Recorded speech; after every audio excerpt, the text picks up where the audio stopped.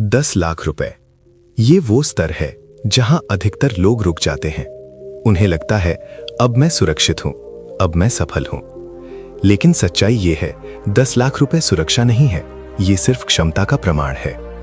एक व्यक्ति था, उसने वर्षों की मेहनत से 10 लाख रुपए बनाए। अब उसके सामने दो रास्ते थे, पहला आराम, दूसरा विस्तार। बहुत लोग पहले रास्ते को चुनते हैं, वे लाइफस्टाइल बढ़ाते हैं, कार अपग्रेड, घर अपग्रेड, और फिर कैश फ्लो वहीं का वहीं। लेकिन जिसने दूसरा रास्ता चुना वो करोड़पति बना। उसने खुद से पूछा, क्या मैं अभी भी काम करके कमा रहा हूं या मेरा पैसा काम कर रहा है? यहीं से असली खेल शुरू होता है। 10 लाख से 1 करोड़ मेहनत से नहीं बनते, वे बनते हैं संरचना, निवेश और धैर्य से। उसने 3 सिद्धांत अपनाए। पहला, कैपिटल प्रेजर्वेशन, पैसे को बचाना सीखो, क्योंकि जो बचा नहीं सकता वो बढ़ा भी नहीं सकता। दूसरा, स्केलेबल एसेट्स, ऐसी चीजें बनाओ जो 10 गुना बढ़ सके बिना 10 गुना मेहनत के, जैसे बड़ा होता हुआ बिजनेस, इन्वेस्टमेंट पोर्टफोलियो, इक्विटी।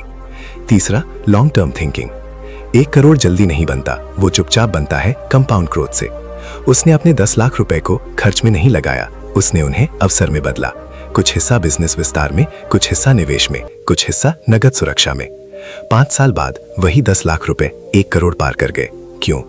क्योंकि उसने लालच नहीं किया, जल्दी नहीं की, दिखावा नहीं किया।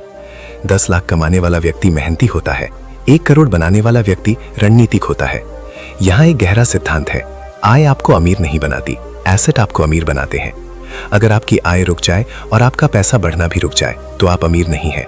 लेकिन अगर आपकी आय रुक जाए और आपका पैसा फिर भी बढ़े तो आप स्वतंत्र हैं। 1 करोड़ सिर्फ बैंक बैलेंस नहीं है, ये मानसिक स्वतंत्रता है। ये वो स्तर है जहां आप मजबूरी में नहीं, चयन से काम करते हैं। सवाल ये नहीं है कि आप 10 लाख तक पहुंचे हैं या नहीं, सवाल ये है कि आप विस्तार के लिए तैयार हैं। क्योंकि असली अमीरी कमाई में नहीं है, संरचना में है। और जो संरचना बनाना सीख गया वो सीमा से बाहर चला गया। Thanks for watching.